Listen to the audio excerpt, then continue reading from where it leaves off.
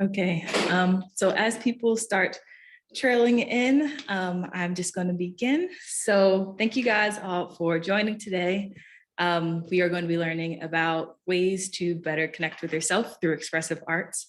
If you have any questions at any time, please stop me. People on Zoom, I will not be checking the chat, so just unmute yourself and feel free to ask any questions. Okay, so as a quick introduction, I'm currently a second-year master's student here at Notre Dame. I'm concentrating in international peace studies, and my research has been on expressive arts and trauma healing. My undergrad was in psychology, where I focused on childhood and adolescent development and minority group experiences. From there, I went to Peace Corps in Ghana, did girls and boys leadership groups, and GLOW Camp, that stands for Girls Leading Our World and Boys Respecting Others. I then did the choice program, which focuses on goal setting with youth. And we did a lot of emotional regulation using the arts. And my research has been on how meditation impacts attention span, the impacts of intrinsic versus extrinsic motivation, in goal completion, how children perceive play, the perceptions of mental health in African and African-American communities, and most recently, the impacts of expressive arts on trauma healing. Come on in. And so I just wanted to give a list of a few of my credentials. I understand that I'm not a licensed therapist, and I don't want to make the mistake of saying that I'm an expert in this realm, but I was able to get a lot of different credentials that have to do with the ethics of therapy with kids, using expressive arts specifically, and using play for learning with youth.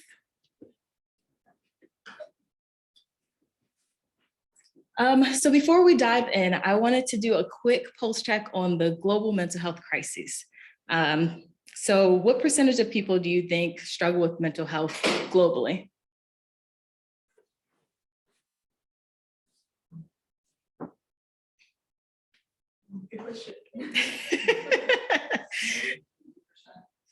No, actually. So 20% of people struggle with mental health. 50%. Is that the only diagnosed, or? That's the only people who are officially diagnosed, yes. 50% of those disorders start before the age of 14, and 75% of those in need are not getting the care. As a note, also, 93% of organizations, international organizations that help with mental health services had to shut down during COVID.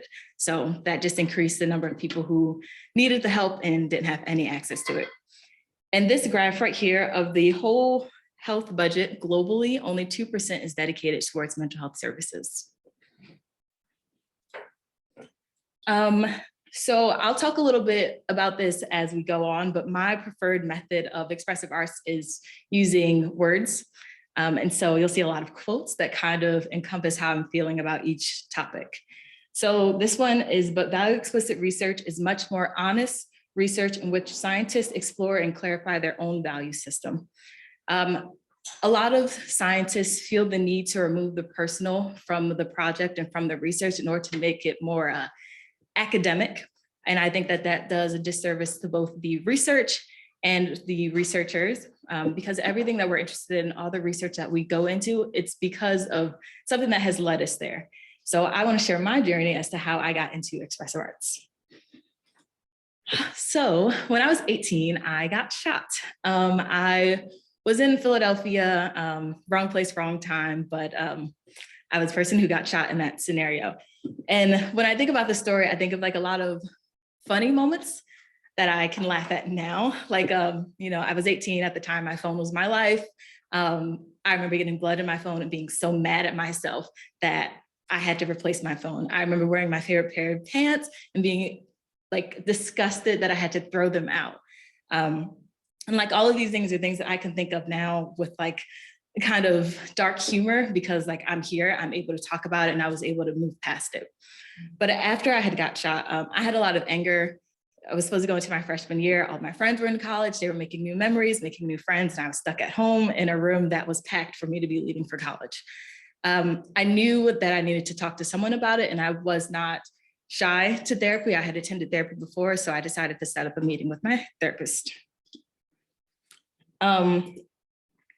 But when I went to my therapist, she had kind of decided that everything was fine with me.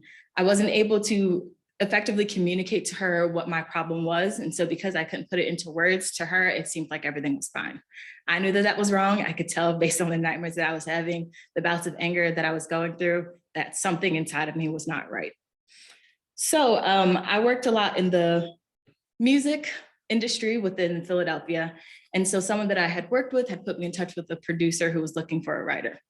While I was there, I was able to arrange music, write lyrics for artists, but it was also just a process, a healing process for myself. So in an effort of vulnerability, I'm gonna play like a very short clip of one of the songs that I wrote during this time. So these are the lyrics that I'm going to share.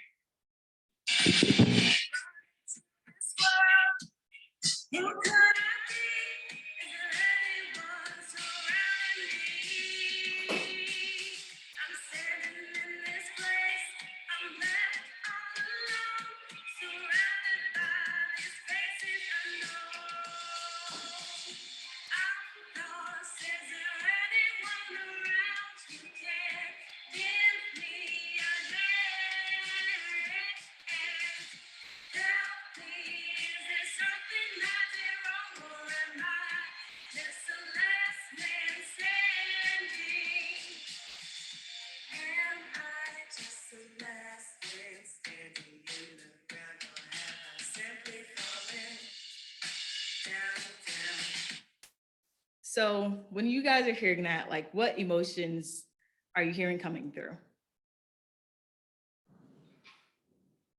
And people on Zoom, you guys are also more than welcome to participate in the questionnaires. Mm-hmm. I could feel like some sort of like anger. Anger, yeah. Mm-hmm. Anything else based off of the music or the lyrics? Helplessness. What'd you say? I would say a lot of angst and fear of what's out there in the unknown. Yeah, absolutely. So like I was feeling really alone, confused. I was kind of toying between like the idea that I was a victim and I was a survivor and trying to figure out like what I had done in my life to deserve this. But being able to go through that process of identifying those emotions and being able to work through them helped me move past the traumatic event. So as we're talking about expressive arts and trauma healing, we're going to go through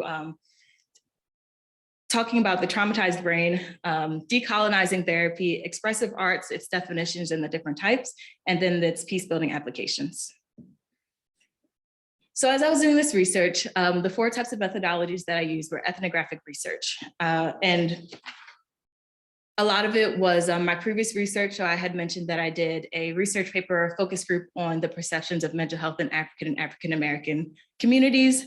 Some of the work that I did in Ghana with the girls and boys groups, we did a lot of journaling. And then the group that I worked with in Baltimore, the Choice Program, we did a lot of different arts. So I was able to use that research. And then also in Gambia last semester, I was able to implement an expressive arts workshop where we did yoga, music, and a drawing exercise.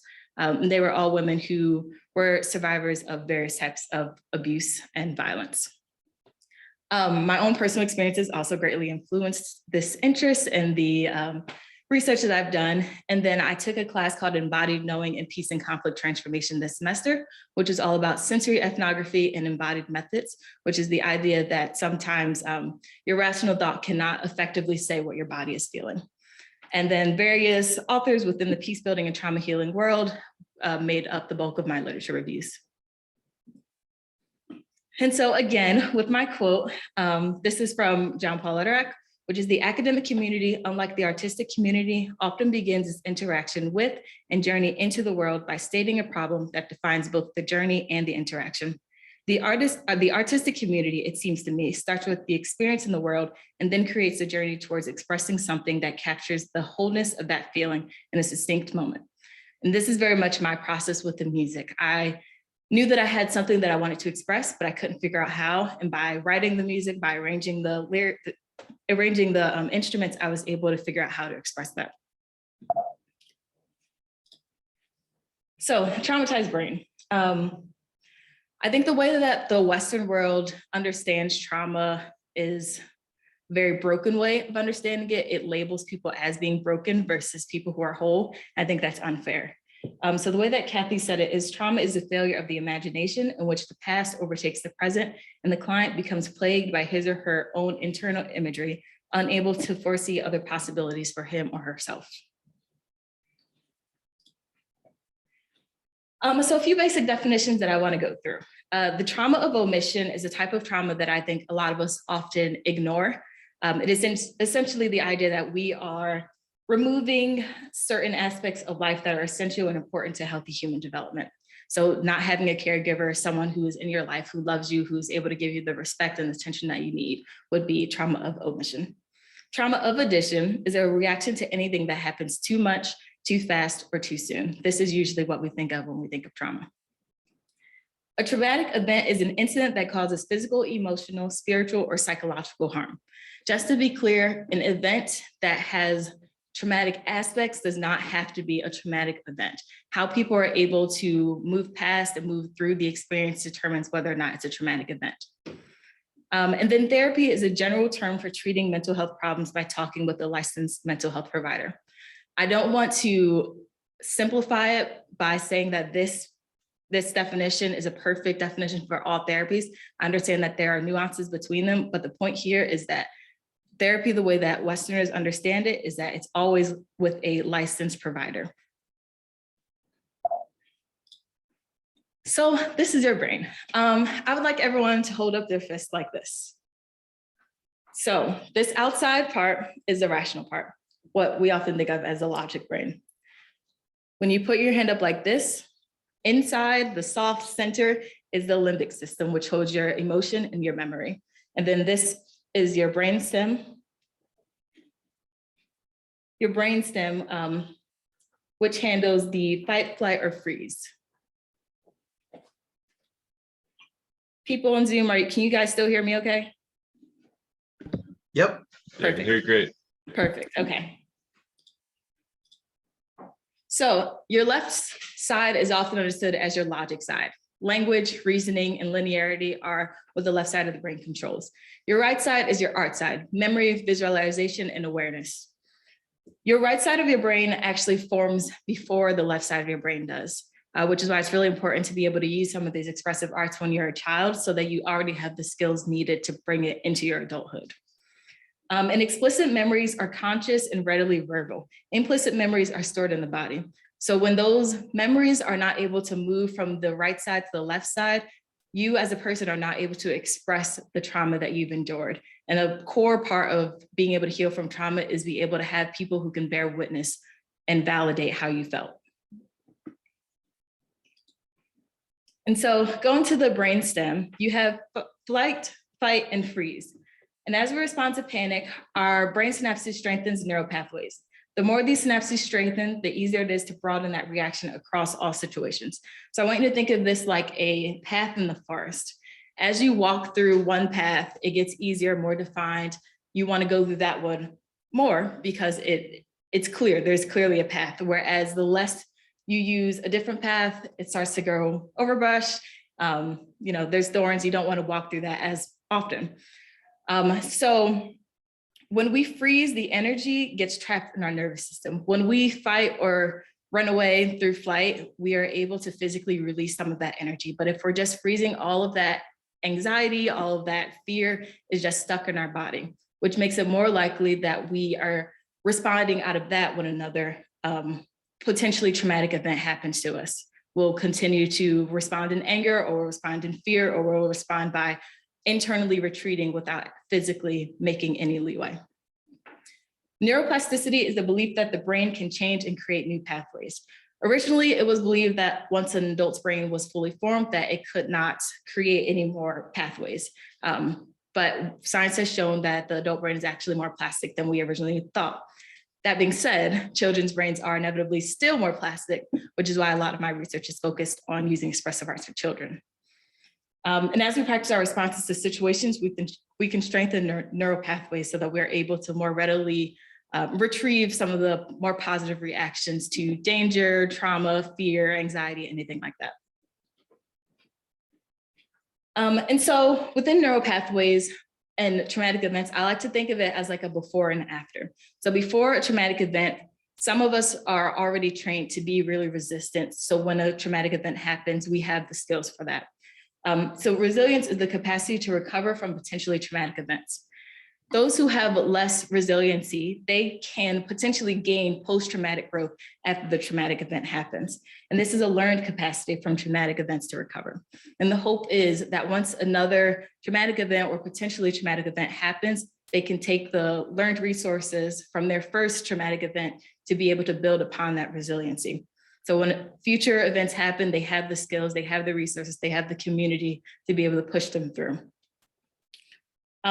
The unfortunate fact is that no matter what, when you have undergone something that is potentially traumatic, it is painful. But we have the choice as to whether or not we want dirty pain or clean pain. And dirty pain avoids the growth pains of healing, while clean pain increases the chance of growth through confrontation, through therapy, through acknowledging that something painful has happened and something hurtful has happened, but being strong enough to say that you, in your own time, are ready to face it. So, decolonizing therapy. In today's America, we tend to think of healing as something binary. Either we're broken or we're healed from that brokenness, but that's not how healing operates. It's very much a journey for all of us. Through my research with the perceptions of mental health in African and African American communities, these were some of the biggest barriers to access that were mentioned: lack of representation, religious barriers, language or religious perceptions, language barriers. And within language barriers, I don't just mean like I speak English and the person that needs my help speaks Spanish. There are some languages that actually do not have words for mental health and do not have words for therapy. So it's very hard to even begin these conversations if you don't have the basis of the word. Cost constraints, time limitations, cultural stigma, and all of these basically measure up to mental health and well-being being a luxury. What one person had said in the focus group is that when Europeans had colonized Africa, they brought their healthcare without bringing their mental health care, which just confirmed to them that mental health was a white illness that didn't exist for them. And so the effects of colonialism. We as a Western society are very individualistic. There are some pros that come with this, but there are also a lot of cons, especially when it comes to trauma healing. Traumas that are generational or that happen to a specific ethnic group, they need the community to be able to heal. And also a huge part of trauma, again, is having that element of being able to share what your trauma was and be able to get validation from the people who are listening to you. In our environment, in our community, we have removed that communal aspect of it. Ironically, we are also very prescriptive. Instead of being personalized. We believe that if X, Y, and Z works for one person, then it has the capacity to work for everyone. We all know that trauma and trauma healing, well-being, it's all a journey. So for anyone to assume that what works for you will work for me, it's just impossible. That does not work. It's medicalized also, and this is going back to the fact that we in America, in Europe, we require there to be someone who has gone through 15 years of school to be able to say that they are now an expert at how the brain develops and how the brain operates. Whereas other communities, they understand that that communal aspect, that use of just being able to talk to someone, to just be in nature, to just be able to exist and reflect on your own experiences is its own way of valid therapy. And then the last thing is that, especially here in America, we see people who need therapy as being broken machines, that if you just fix one thing or tweak one thing or medicate one person, then they are perfectly fine and they can move forward with being productive members of society. And that is wrong. We have all had moments of low points. We've all had moments of high points. It's a journey, and we shouldn't treat the low points as a defect of the person. And so one of the biggest dangers of colonialism was the fact that they erased knowledges.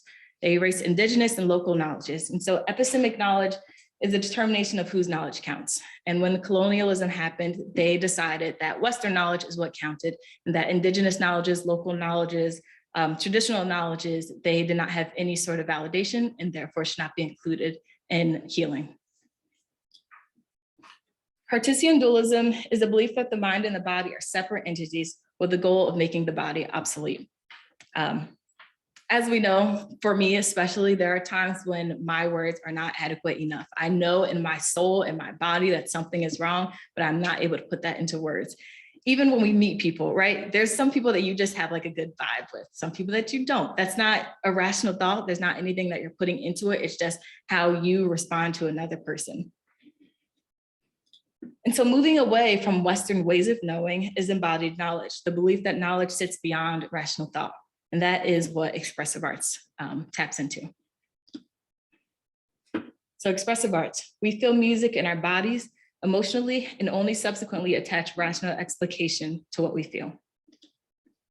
Expressive arts are modes of healing and communicating that engage creative methods.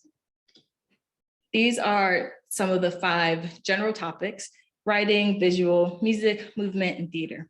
For me, writing and music are the best. I've tried movement. I can tell you for a fact that is not my thing.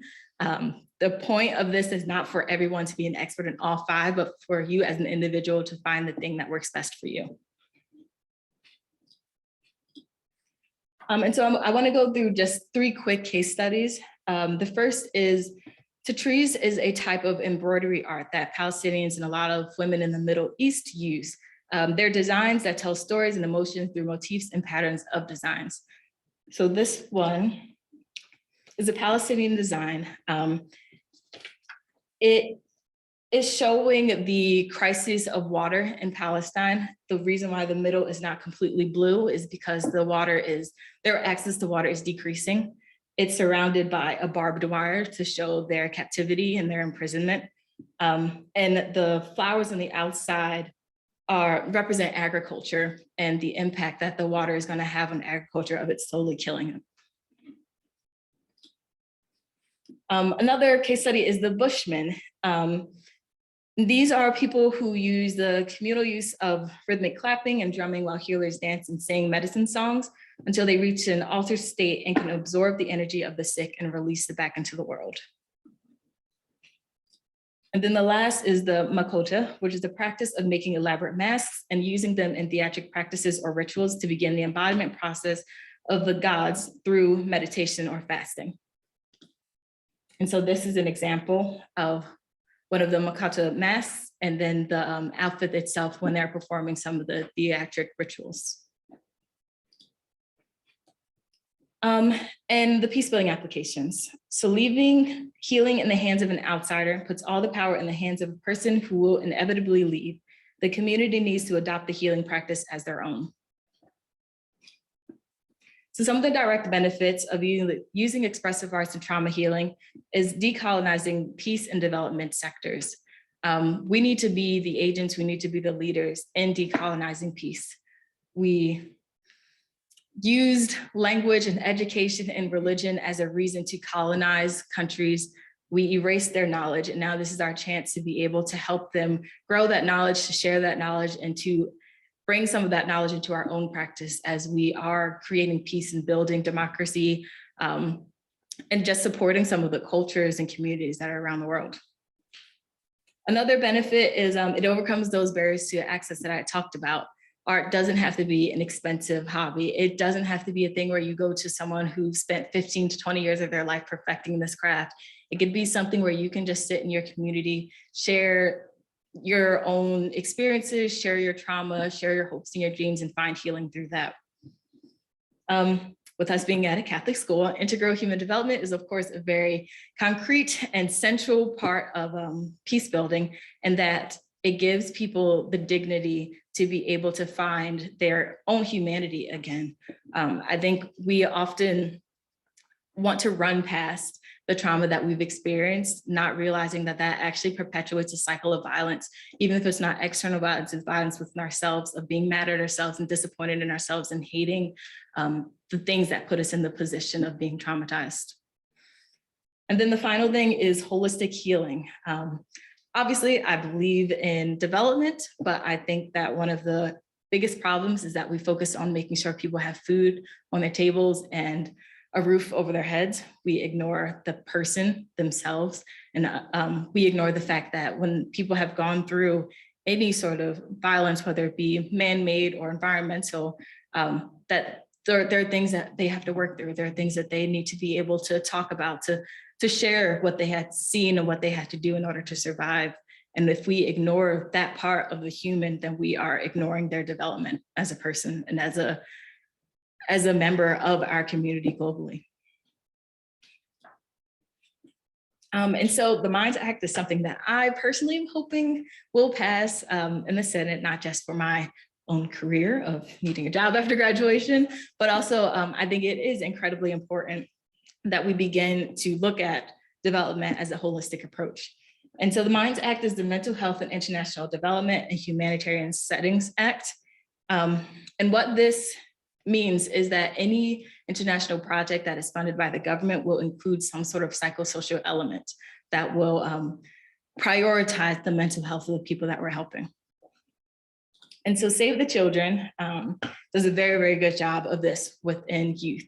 Their HEART program, which is the healing and education through the arts, uses various different expressive arts for children who have been in some sort of traumatic event, again, whether it be man-made or environmental, to be able to allow them to express themselves artistically and verbally and have emotional regulation.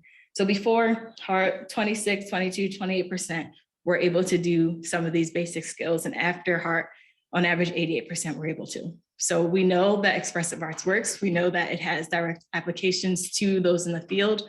Now we just need to expand it to more than just one organization that's doing it.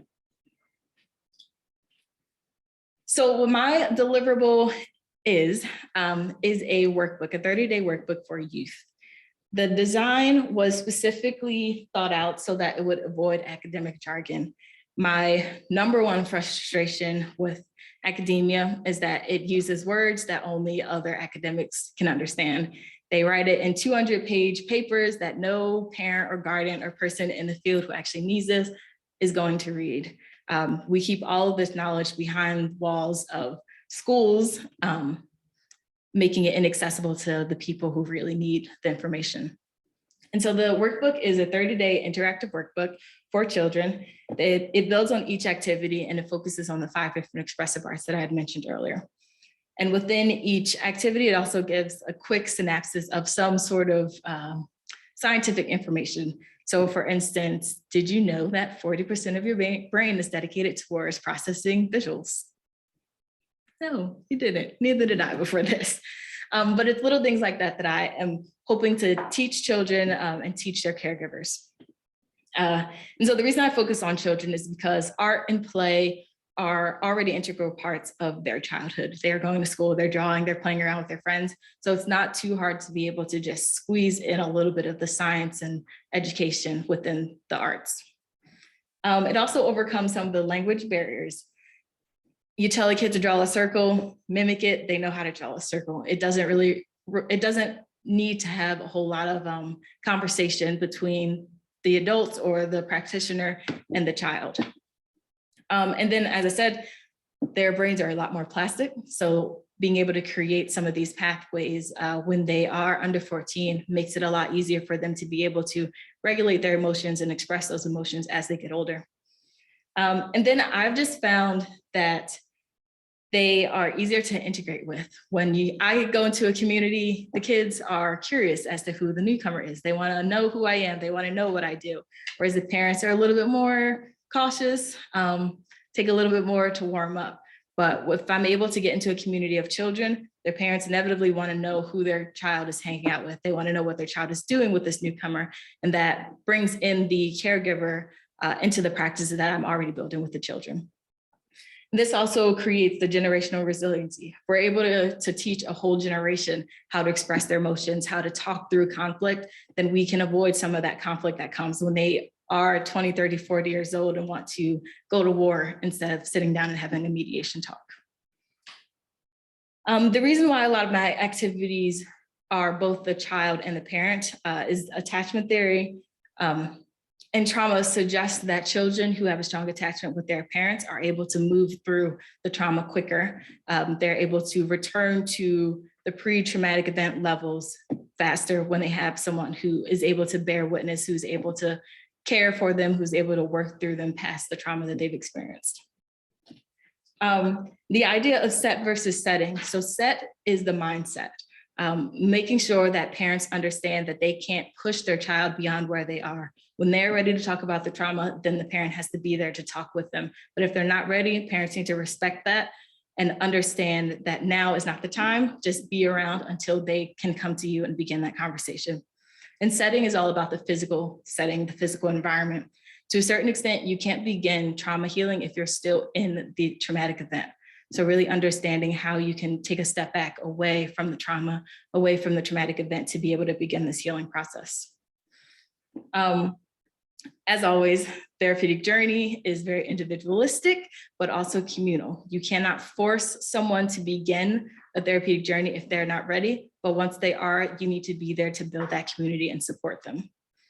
And as always, parents, caregivers, whoever their support system is, they are there to bear witness for the child. They're there to give the child their agency back and for the child to be able to verbalize some of the pain that they have gone through. And the goals of this workbook are for each participant to find their own art. Like I said, movement was not my thing, but it's bound to be someone's. Writing and music were the things that really pushed me from my own traumatic event to where I am now. Another is self-regulation, for children to be able to control the emotions that they're having. And a lot of that begins with identifying the emotions. So I'll talk through a little bit of one of the activities that we do, but the workbook goes through what the different types of emotions are. Oftentimes we just think we're happy, sad, mad, or scared. And when you divvy those up, it can really be enlightening for children to be able to say, like, no, I'm not mad. I'm actually just overwhelmed and it's coming off as me being angry, being able to verbalize that. Through healthy expression, some of our activities also are role playing, where if someone is mad, how do you approach them? If someone is feeling really sad, like what can you do as a friend to this person to be able to make sure that they feel supported, make sure that they're feeling heard. And the last thing is that it's supposed to give empowerment and agency. So one of the ways that this workbook is structured is that it begins each section with a very specific directive. So for instance, one of the activities is to fill in the blank of a story with whatever word that you want. By the end of the writing activity, it's you writing your own story. And the reason why we do this is because in a lot of cultures, students are taught to copy paste exactly what the teacher has said. So for you to then open the doors wide open and say, I want you to do whatever your imagination tells you to do, that actually causes anxiety in children rather than giving them agency. So being able to start off with organizing the workbook in a way that a lot of them are used to going to school and then expanding for them to be more creative and find that creative side of them will give them empowerment and give them agency that they need for post-traumatic growth. And so healing was shown to be transformational as people entered an evolutionary process of reclaiming the natural creativity of childhood. So some of the considerations that I understand, I want to make sure that I share with all of you guys. So in creating this workbook, some of the limitations are that I'm assuming that the caregiver or the child can read. More specifically, I'm assuming they can read English. So if this were to be something that was used in an international peacebuilding setting, there would need to be adaptations for those who can't read, adaptations for people who can't speak English, to make sure that this is an accessible thing for all people on the ground. I don't want this to be a workbook that, again, is only given to those who are in power and who have the ability to have education that teaches them English and literacy. And another assumption is that the caregivers are willing. Not all parents, not all caregivers want to accept that their child has any sort of unwell being. They want to believe that their child is at the peak and at the prime at all times and are not willing to accept that their child may need additional help. Some of the ethics of this with anything that has to do with trauma is the potential for re-traumatization. Again, this goes back to the set versus setting and allowing the child to make the schedule and allow the child to decide when they want to talk about things and to what extent. And then, as I mentioned in the beginning, I'm not a licensed therapist. I understand that. All of this is just based on my research and some practicums that I've been able to do, but I understand that I have not been to doctoral school. I do not have my doctorate in psychology, so that does limit the some of the qualifications that I have in creating this workbook and putting forth the information that I have shared with you guys today. But some of the research that I'm hoping to do in the future is understanding which sort of expressive arts work best for which kind of traumas. So understanding if movement, and there is some research that shows that movement like yoga is really helpful for people who have endured sexual trauma. And I would like to go further in to understand how each sort of expressive arts can impact the different types of traumas that exist. And I would also like to understand how expressive arts are best accepted into different cultures. And I have my own theories of this. Like I imagine that dance is a huge part of African culture since it's already integral. And my assumption would be that dance, for instance, may be not as accepted in a lot of more conservative Asian cultures. But I want to dive deeper into this to understand like the whys of how and why the different expressive arts would work best in different cultures. So we are going to practice. So all Zoomers, all people here, please take out a piece of paper.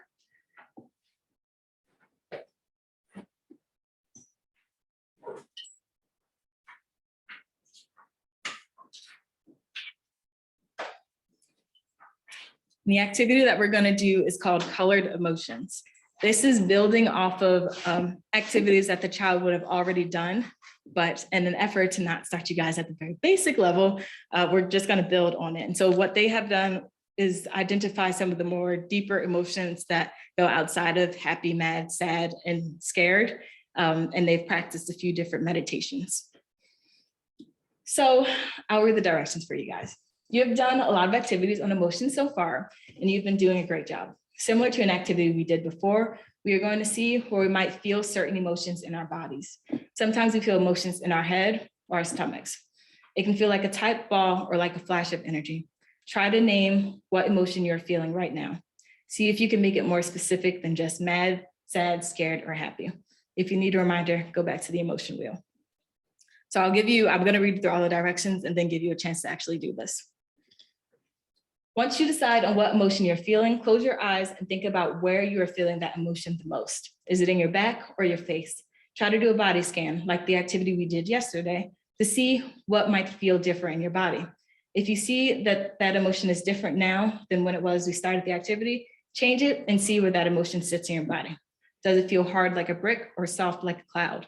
Does it feel warm or cold? If you have a good understanding of your emotion, open your eyes. Now, based on where you felt your emotion and how it felt to you, draw it on your person. Now you're welcome to make that person look just like you if you'd like. And so I did this activity for myself. This is the emotion wheel. So the activity was to take a blank emotion wheel and think of each word and make it that color. So for me, when I'm bored, it's like this gross, poopy, greenish brown color. Like that's how I feel. That's the color that I imagine when I'm bored.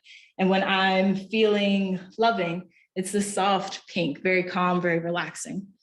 And so at the time when I was doing the activity, this was my person, and I was feeling very much overwhelmed. And the way that I feel overwhelmed is it feels very heavy and fuzzy to me. I feel like very jittery in my fingers and in my legs, and I feel like I have to move.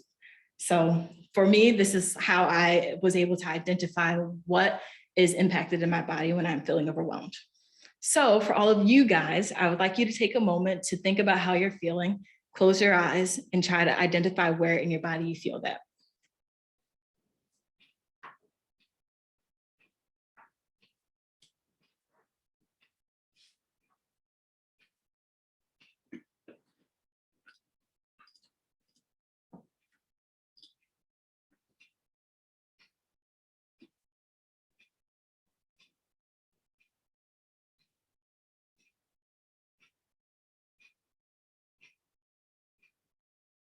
Whenever you feel like you have a good grasp on that emotion and what it looks like, what it feels like, you can begin to draw it out.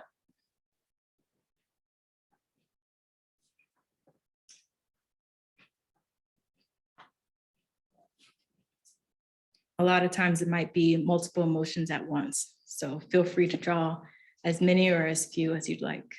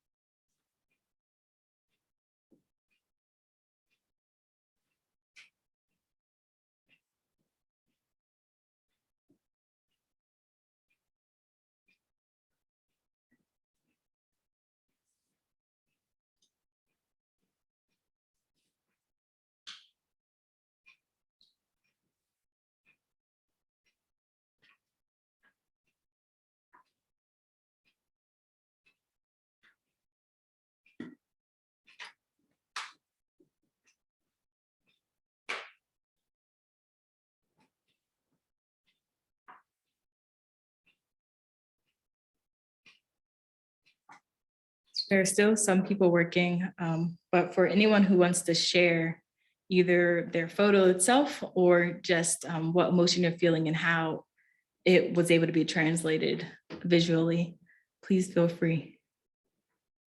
Zoomers, you too.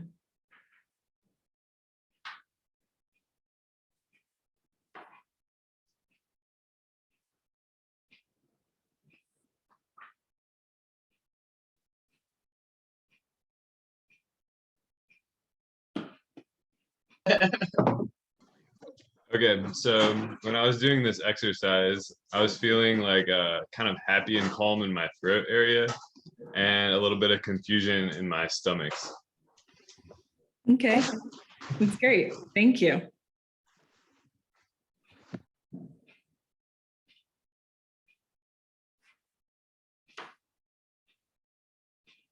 Anyone else want to share? Yeah, so when I did this, I just drew this thing, so I kind of copied that, but instead of, since I didn't have crayons, I used shapes. So I was feeling anxious, excited, and calm. And then by drawing it out, like I realized, and I assigned them to different shapes. So by drawing them out, I realized that I'm more excited and calm than I am anxious. Good. Awesome. So one of the next steps from this activity that we encourage the caregivers to walk through with the child is to understand where some of that emotion might be feeling. So for me, I was overwhelmed at the time because I was trying to put together a capstone that is slowly coming together, but it's still not there. But when, and Mika, you like did a great thing and be able to understand the rankings of your emotions based on how you're drawing them and how they're coming up. But yeah, so this is a really helpful activity in terms of being able to understand where it feels in your body. So for me, when I'm feeling overwhelmed or I'm feeling anxious and have that jittery feeling, for me to go running or to release some of that jitteriness really helps me kind of bring my mood back to equilibrium and bring me back to feeling well and a holistic being again.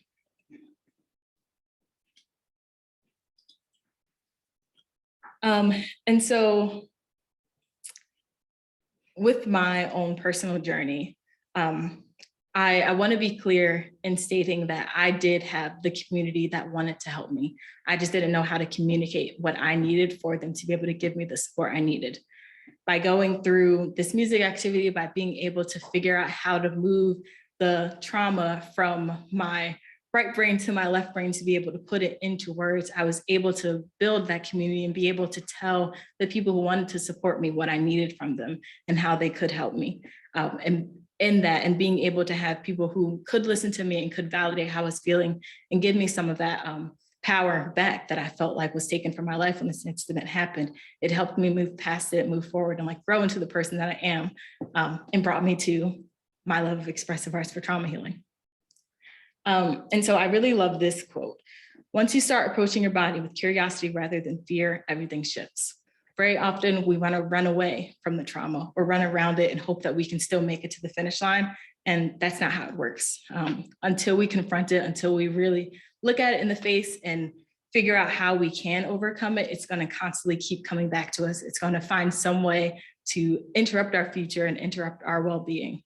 And so I really like this because once you are able to approach your own body and understand that knowledge does not just come from the rational thought, it doesn't just come from academia and from books, it can come from how your body is feeling and being in touch with what your body is telling you, that you'll be able to move past some of the things that are stopping you from flourishing and from living in dignity and having a lot of that power that we need to succeed in life. So as you guys are going forward in your professional and personal lives, I hope that you are able to adopt some expressive arts methods that can help you work through any sort of event that's happening in your life that causes you any amount of stress.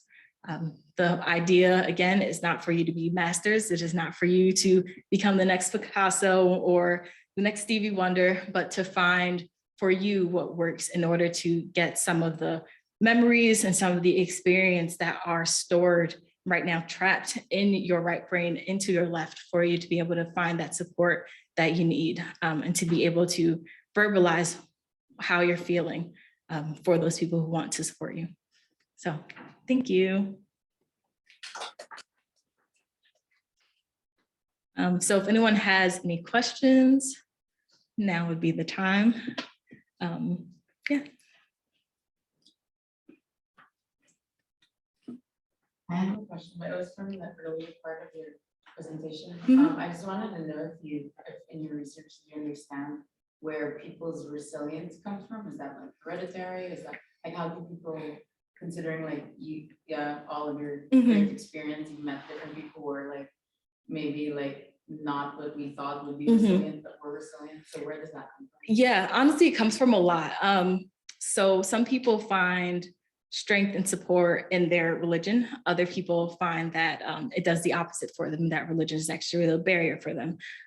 Attachment theory and the idea of whoever is enduring that trauma, that they have a community, that they have caregivers who have proven to them that they are someone that they can go to and talk to and will support them through their journey and through whatever stress that they're going to, is one of the biggest markers of resiliency in youth.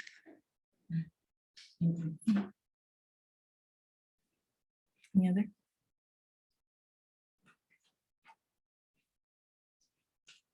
Any questions on Zoom before we end?